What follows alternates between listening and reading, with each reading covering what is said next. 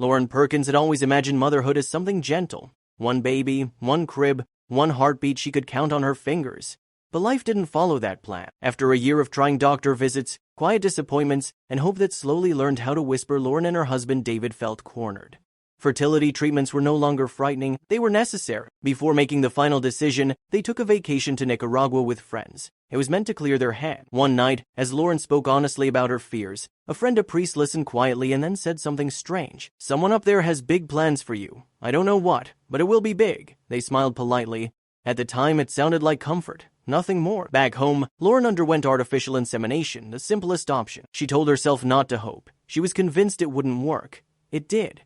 At her first routine checkup, nurses noticed something unusual. Lauren's hormone levels were extremely high enough to suggest more than one baby. Twins, maybe even triplets. The thought felt unreal. After struggling for so long, even one child felt like a miracle. More than one felt impossible. Then came the ultrasound. The room fell quiet. The doctor stared at the screen longer than expected. He counted silently. Once, twice, then out loud. "I see 5. Lauren laughed nervously. Surely he meant something else. The doctor leaned closer to the screen. "Wait, I see another one. 6. The number didn't register at first. It floated in the air, disconnected from reality. 6 heartbeats, 6 lives, 6 futures starting at once.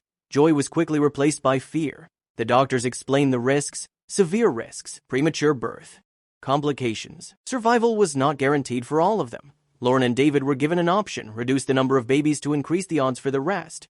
They went home with a decision no one should ever have to make. After days of sleepless nights and tear-filled conversations, they chose something terrifying. They chose to give all 6 a chance. The medical team prepared for what would be one of the most intense deliveries the hospital had ever seen. And as Lauren reached week 30 of her pregnancy, the day finally arrived. 35 people filled the delivery room. 6 nurses stood ready. 6 lives were about to enter the world far earlier than planned. And no one knew what would happen next. The delivery took less than 5 minutes. 5 minutes that felt longer than Lauren's entire life. One by one, the babies were delivered, impossibly small, impossibly fragile. Andrew, Benjamin, Caroline, Leah, Allison, Levi, each weighing barely 1 to 2 pounds. Lauren barely had time to process what was happening. She expected to be separated from them immediately, to wait hours, maybe days.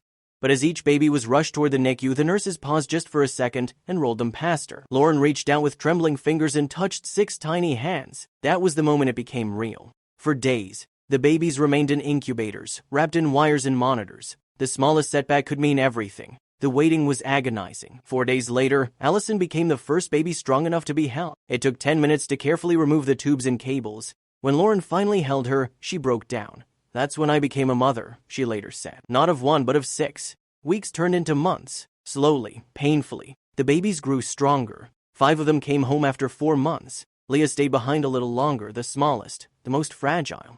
But she fought. Years passed. Today, the sextuplets laugh, argue, learn, and grow, each with their own personality. Some face challenges, some don't. But all 6 are here. What once sounded impossible became reality, and the word spoken in Nicaragua finally made sense. It was big, bigger than anyone could have imagined.